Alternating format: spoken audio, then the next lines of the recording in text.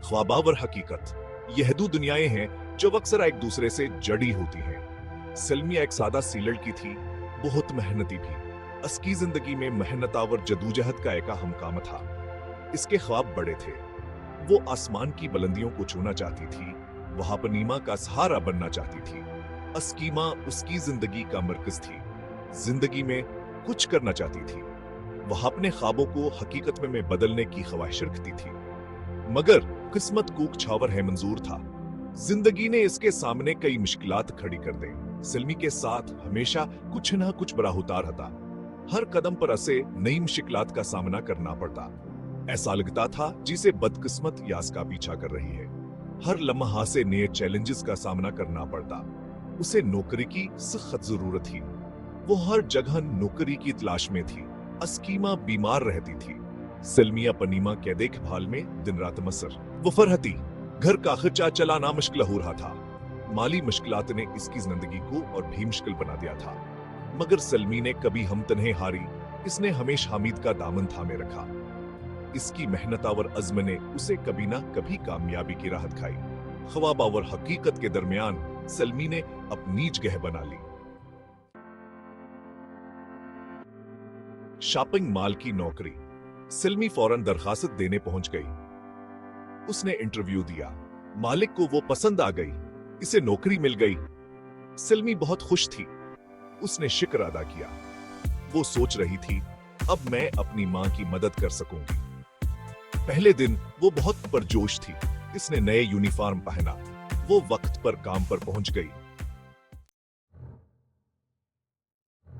बदकिस्मती का साया। यह एक ऐसी कहानी है जो किस्मत की स्तमजरीफी को बयान करती है, मगर किस्मत को कुछ और है मंजूर था।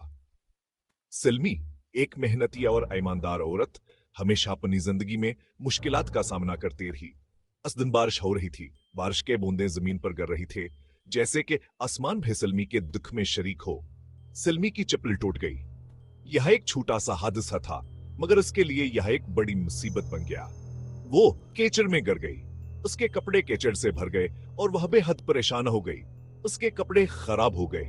उसने बहुत कोशिश की अपने कपड़ों को साफ करे, मगर कीचड़ के दाग नहीं निकले। दूसरे दिन एक गाहक आपस गायब हो गया। सलमी ने हर जगह तलाश किया, मगर पर्स नहीं मिला। सबने सलमी पर शक किया। वह बहुत शर्मिंदा हुई। लोगों के बातें सुनकर उसका दिल टूट गया। तीसरे दिन दुकान में चोरी हो गई।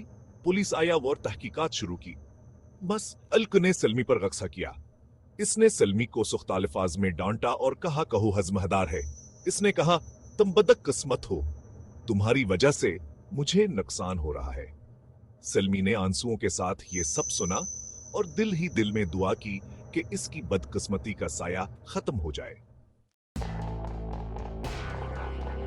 सलमी बहुत दुखी हुई। इसकी आंखों में आंसू थे और दिल में एक अजीब सी बेचैनी।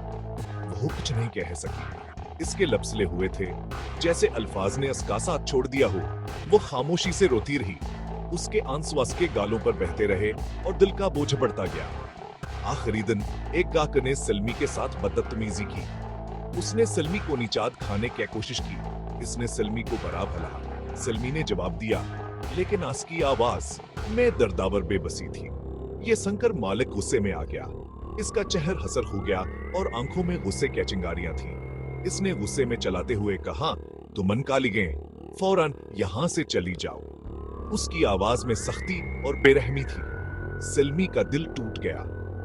उसकी आंखों में आंसू भर आए और दिल में एक गहरा जख्म लगा।